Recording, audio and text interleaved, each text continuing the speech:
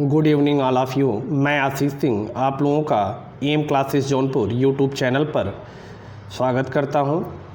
आज आप लोगों की एक बेहतरीन क्लास होने वाली है जो कि हिंदी पर होगी और इसमें आज का जो बिंदु होगा वह होगा वर्णमाला। व्याकरण से संबंधित हम लोग आज क्लास के बारे में बात करेंगे।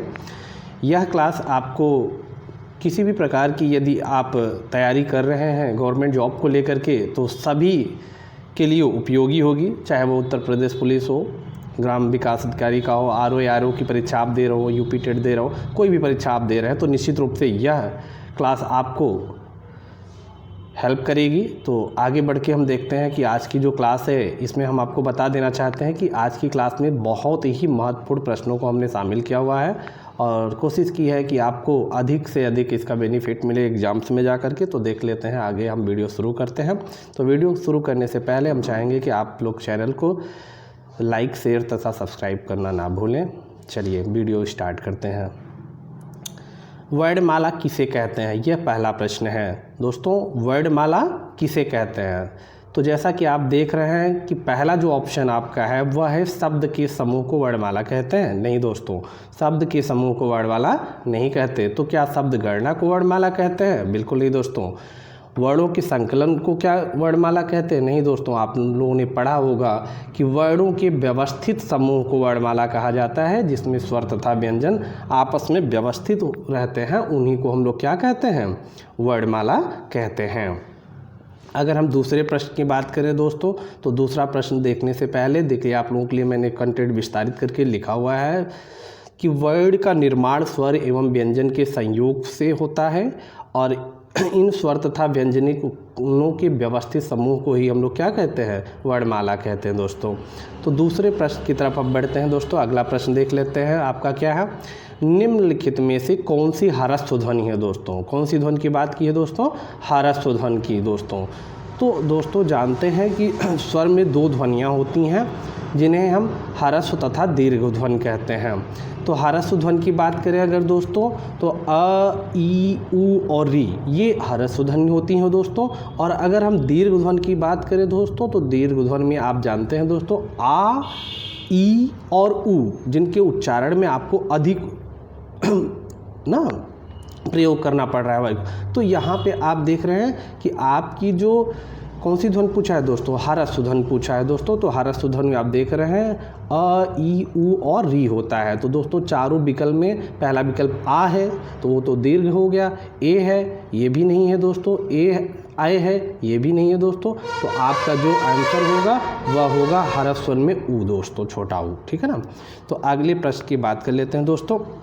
एक बात और है, ह्रस्व ध्वनि में दोस्तों अभी मैंने कहा अ, ई, उ और री आता है, जबकि दीर्घ की बात करें तो दीर्घ में दोस्तों क्या क्या आता है वो हम देख लीजिए आप लोग।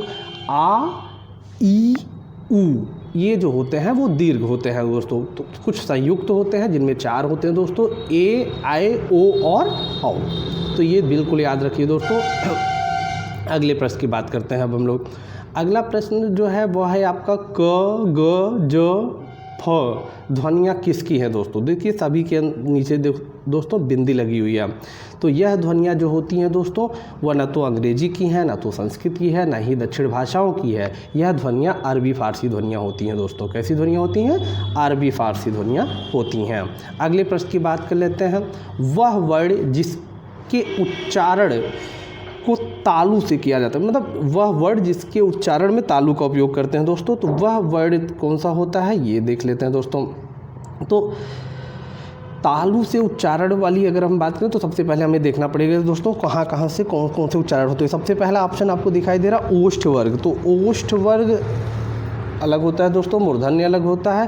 तो तालु से जो है तालव्य वर्ग संबंधित होता है दोस्तों, कंठ वर्ग अलग होता है दोस्तों। तो सभी वर्णों की भी अगर हम बात कर लें कि कौन से वर्ग में कौन से वर्ड आते हैं, तो अगर कंठ वर्ड की बात करें दोस्तों क, ग, ख, ग, घ ये जो होता है दोस्तों कंठ में आता है, जबकि अंग जो होता है आप जानते हैं वो नासिक में आता है दोस्तों। हालांकि अंग भी लिया जा सकता है, लेकिन ख तक आप क, ख, ग, घ तक आप लोग लीजिएगा। दूसरे वर्ड की बात करें तो तालु वर्ड होता है दोस्तों, जिसमें च, छ, ज, झ इत्यादि आते हैं दोस्तों। ये को भी आप सब जानते हैं नासिक में आता है, हालांकि इसमें भी रख सकते हैं दोस्तों। मूर्धन्य वर्ड की बात करें टठ डढ होता है दोस्तों। दंती वर्ड में तथ दध होता है दोस्तों। ओष्ठ में वर्ड में प फ ब भ होता है दोस्तों। हालांकि जो अंतिम वर्ड आप देख रहे हैं प्रत्येक वर्ग में वो नासिक होता है दोस्तों, चाहे वो अंगा हो, चाहे वो ईय हो, चाहे अड़ा हो, चाहे न हो, चाहे म हो दोस्तों। अब हम देख लेते हैं कि तालव्य में कौन सा था दोस्तों, तो आप लोग समझ गए हैं, ठीक है ना। जिसका उच्चारण कहाँ से होता है दोस्तों, तालु से होता है। तो अगला देख लेते हैं दोस्तों, व्यंजन कितने होते हैं। यह प्रश्न अक्सर पूछा जाता है दोस्तों कि वर्णों में व्यंजनों की संख्या कितनी होती है। तो व्यंजनों की जो संख्या होती है दोस्तों वो 33 होती है, यानी 33 होती है। जबकि वर्णमाला में कुल वर्ण जो होता है दोस्तों वो 52 होते हैं, जिसमें 33 व्यंजन होते हैं, 11 आपके स्वर होते हैं, 2 आपका उच्छिप्त व्यंजन होता है जिसे ड ढ कहते हैं। संयुक्त व्यंजनों की संख्या 4 होती है, जबकि अयोग व अह जो होता है वो 2 होते हैं दोस्तों। तो इस तरह से कुल 52 वर्ण वर्णमाला में पाए जाते हैं। अगले प्रश्न की बात कर लेते हैं दोस्तों, हिंदी वर्णमाला में ऊष्म व्यंजन कौन से हैं। तो हिंदी वर्णमाला में ऊष्म व्यंजन उसे कहते हैं दोस्तों जिसमें ऐसे व्यंजन जिनके उच्चारण में शरीर के अंदर की गर्म हवा बाहर निकलती है, उसे हम लोग ऊष्म व्यंजन कहते हैं दोस्तों। तो ऊष्म व्यंजन के तौर पे आपका वो दोस्तों बड़ा स, ख, स, ह ये 4 वर्ड आते हैं दोस्तों। आगे हम बात कर लेते हैं। अगला प्रश्न जो है वह है दोस्तों य र ल व। य र ल व व्यंजन को क्या कहते हैं दोस्तों। तो दोस्तों य र ल व व्यंजन तो दोस्तों अंतस्थ व्यंजन कहा जाता है। अच्छे से जानते हैं आप लोग दोस्तों कि क से लेकर म तक सभी स्पर्शी व्यंजन होते हैं, जबकि च, छ, ज, झ को संघर स्पर्शी व्यंजन कहते हैं। देखिए पहला जो ऑप्शन था स्पर्श व्यंजन था, इसलिए आप लोगों को ये बताना पड़ रहा है दोस्तों। जबकि यह जो होता है आपका यह जो होता है एक अर्धस्वर भी कहा जाता है दोस्तों। अगले व्यंजन की बात कर लेते हैं, अगले प्रश्न की बात कर लेते हैं दोस्तों। निम्नलिखित में से कौन महाप्राण ध्वनि है। दोस्तों महाप्राण की बात किया है, किसकी, महाप्राण की। अल्प प्राण और महाप्राण 2 चीज़ें होती हैं दोस्तों, अल्प प्राण और महाप्राण। तो अल्प प्राण जो होता है दोस्तों वर्णमाला का पहला, तीसरा और 5वां वर्ग होता है, जबकि महाप्राण जो होता है दोस्तों वो वर्णमाला का दूसरा तथा चौथा वर्ग होता है। तो चारों विकल्प पे नज़र दौड़ाते हैं दोस्तों। देखते हैं पहले विकल्प में क है, क्या है दोस्तों, क है। तो ये तो महाप्राण नहीं है दोस्तों, ये क्या है, अल्प प्राण है क्योंकि पहले वर्ग में है। दूसरा क्या है, ख है दोस्तों। तो ख जो होता है वो दूसरे वर्ग में है, और दूसरा और चौथा वर्ग जो तो दोस्तों होता है महाप्राण। तो इसलिए ऑप्शन आपका क्या हो जाएगा, सही ऑप्शन। सही ऑप्शन दोस्तों आपका क्या हो जाएगा, ख हो जाएगा महाप्राण के तौर पे।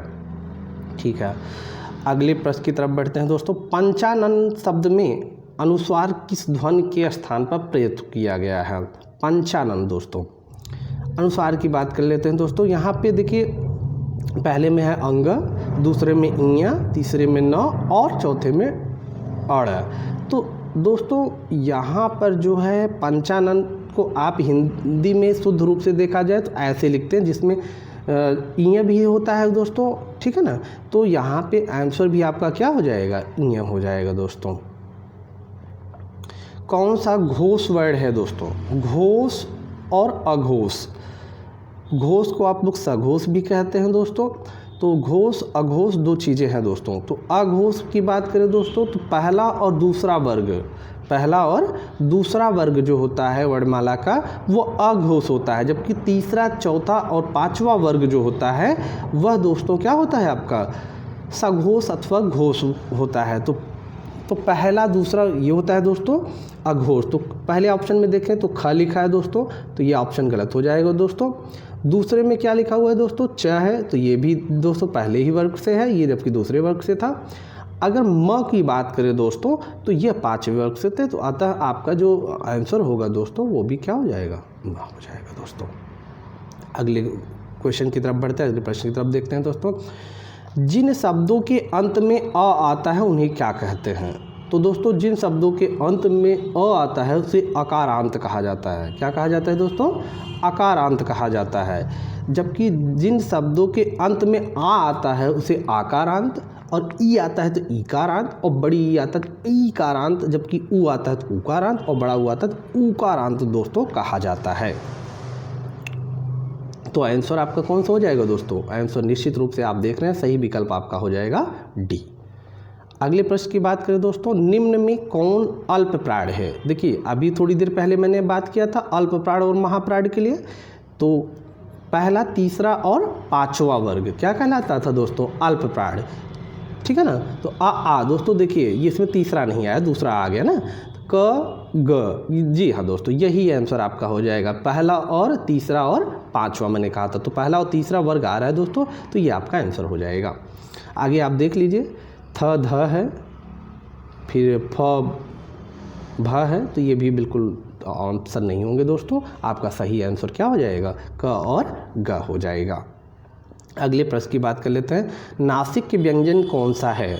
कौन से व्यंजन की बात करें?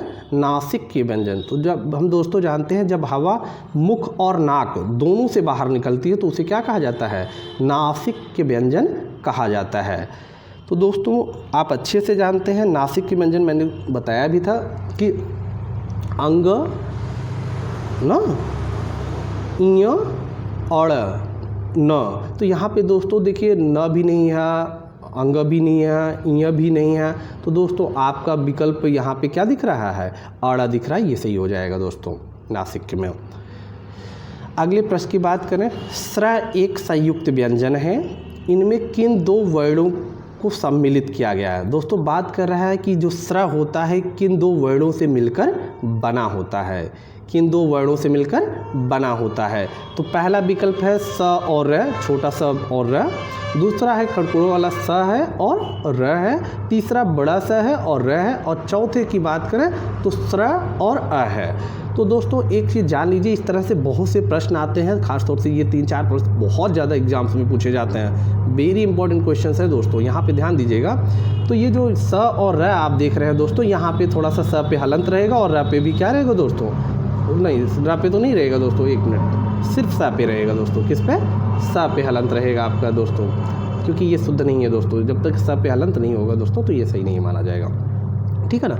तो ये आपका विकल्प सही हो जाएगा दोस्तों, कि जो स्र होता है वो बड़ा स और र का सम्मिलित योग होता है। अब त्र की बात करें दोस्तों, तो त्र भी बहुत बार एग्जाम में पूछा गया है। इसमें भी दोस्तों त्र में त में हलंत रहेगा दोस्तों, बाकी र जुड़ा रहता है। ज्ञा की बात करें दोस्तों तो ज होता है और इय होता है दोस्तों, यहाँ गलत हो गया टाइपिंग में, इय में भी हलंत होता है दोस्तों। और छत्रज्ञ में छ की बात करें तो क और स होता है खटखुरा वाला दोस्तों, समझ रहे हैं ना। तो यहाँ पे क में हलंत होता है दोस्तों। तो इस तरह से ये जो आप देख रहे हैं चारों, ये परीक्षा में बहुत बार पूछा गया दोस्तों, इसलिए आप इसको बिल्कुल ध्यान से रख लीजिएगा, ध्यान से समझ लीजिए। अब हम अगले प्रश्न की बात करते हैं। तो ये जो आप चारों देख रहे थे दोस्तों, इसको हम लोग संयुक्त व्यंजन भी कहते हैं, छ, त्र, ज्ञा और श्रय को। मूल स्वरों की संख्या कितनी होती है? अगला प्रश्न क्या है दोस्तों? मूल स्वरों की संख्या कितनी होती है? तो दोस्तों मूल स्वर जो होते हैं वो ह्रस्व स्वर को ही मूल स्वर कहा जाता है, जिनकी संख्या दोस्तों 4 होती है। कितनी होती है? 4, अ, ई, उ और री। अगले प्रश्न की बात करें दोस्तों, निम्न में अर्ध स्वर है य, र, ल, व। 4 विकल्प आपको दिए गए हैं दोस्तों। तो मैंने पहले ही बताया था कि दोस्तों कि अर्ध स्वर किसे कहा जाता है? य को अर्ध स्वर भी कहा जाता है। अगले प्रश्न की बात करें तो अगला प्रश्न आपका है, जिनका उच्चारण ऊपर के दांतों पर जीभ लगाने से होता है, ऊपर के दांतों पर जीभ लगाने से होता है, उसे क्या कहते हैं? तो दोस्तों जब दांतों की बात आ गई है तो निश्चित रूप से आप समझ गए होंगे, आंसर आपका क्या हो जाएगा? दंती हो जाएगा दोस्तों, जिसमें त वर्ग आता है, त, थ, द और ध दोस्तों। अगले प्रश्न की बात करें दोस्तों, निम्न में दीर्घ स्वर है, किसकी बात कर रहा है? दीर्घ स्वर की बात कर रहा है, ठीक है ना।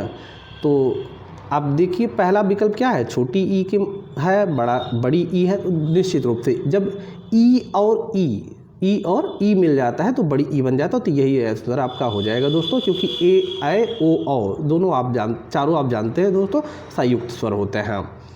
अब यहाँ पे भी बहुत ज़्यादा प्रश्न आता है दोस्तों। देखिए आ आपका कैसे बनता है? अ प्लस अ, किससे? अ और अ मिलकर आ बनता है। ई, बड़ी ई की बात करें तो ई और ई मिलकर के ई बन जाता है। ऊ की बात करें ऊ मिल के बन जाता है। संयुक्त स्वर की बात करें, अभी मैंने कहा ए ऐ ओ और जो चारों होते हैं वो क्या होते हैं दोस्तों? संयुक्त स्वर होते हैं। और ये संयुक्त स्वर कैसे बनते हैं दोस्तों, इसके बारे में देख लेते हैं एक बार। सबसे पहले ए की बात करते हैं। तो ए जो होता है दोस्तों अ प्लस ई के मिलने से बनता है। अ के साथ ई मिल जाता है तो दोस्तों ए बन जाता है। जबकि ऐ जो होता है दोस्तों वो अ प्लस ए के मिलने से बनता है। ओ की बात करें अगर तो अ प्लस ऊ, अ और ऊ जब मिलते हैं तो ओ बनता है दोस्तों। औ की बात करें अ प्लस ओ, अ के साथ जब ओ मिल जाता है दोस्तों तो औ का निर्माण होता है। यह भी बहुत बार परीक्षाओं में पूछा जाता है दोस्तों, तो यह बहुत ही महत्वपूर्ण है, आप लोग इसको ध्यान से पढ़ लीजिए। जीवा के आधार पर स्वर कितने प्रकार का होता है दोस्तों? ये बहुत महत्वपूर्ण प्रश्न अभी आया देखने को दोस्तों। जीवा के आधार पे स्वर कितने प्रकार का होता है दोस्तों? तो जीवा के आधार पर दोस्तों 3 प्रकार के स्वर होते हैं, अग्र, मध्य और पश्च। अग्र की बात करें दोस्तों ई ए आता है, मध्य में अ आता है दोस्तों। और अगर पश्च स्वर की बात करें दोस्तों आ ऊ ओ औ ये आते हैं दोस्तों। तो आंसर यहाँ पे आपका दोस्तों बी हो जाएगा। कौन सा हो जाएगा? बी हो जाएगा। 3 होते हैं दोस्तों जीवा के आधार पर स्वर। मात्रा के आधार पर स्वर कितने प्रकार के होते हैं? अगला प्रश्न कौन सा है दोस्तों? मात्रा के आधार पर स्वर कितने प्रकार के होते हैं? तो मात्रा के आधार पर जो स्वर होते हैं वो दोस्तों 2 ही होते हैं, लघु और दीर्घ। लघु और दीर्घ स्वर। अगले प्रश्न की बात करें दोस्तों तो अगला प्रश्न आपके सामने है, निम्न में अल्प प्राण व्यंजन है। फिर देखिए दोस्तों, फिर से एक बार वही क्वेश्चन आया, अल्प प्राण और महाप्राण की बात कर रहा है। तो यहाँ पे अल्प प्राण की बात किया है। तो अल्प प्राण आपको मैंने कहा था पहले, तीसरे और 5वें वर्ग के जो व्यंजन होते हैं वो क्या कहलाते हैं? अल्प प्राण कहलाते हैं दोस्तों। जबकि दूसरे और चौथे वर्ग के व्यंजन जो होते हैं वो दोस्तों क्या कहलाते हैं? महाप्राण कहलाते हैं। तो ख दोस्तों दूसरे वर्ग में आएगा तो ख तो बिल्कुल नहीं होगा। ग देखिए दोस्तों तीसरे वर्ग में आएगा, तो ये आपका आंसर हो जाएगा। क्योंकि घ जो है वो चौथे वर्ग में आता है दोस्तों, तो वो भी नहीं होगा, ठीक है ना। तो ये भी नहीं होगा, ढ भी नहीं होगा दोस्तों, आपका आंसर हो जाएगा ग। अगले प्रश्न की बात करें, ऊष्म वर्ण हैं दोस्तों। फिर से एक बार क्वेश्चन पूछा है, ऊष्म वर्ण क्या होते हैं? ठीक है, तो ऊष्म वर्ण कौन से होते हैं दोस्तों? अभी मैंने कहा था स, ख, स, ह, ये 4 जो होते हैं वो क्या होते हैं? ऊष्म वर्ण होते हैं दोस्तों। यह कुछ महत्वपूर्ण प्रश्न थे दोस्तों, जो आपकी हिंदी व्याकरण का जो पहला आज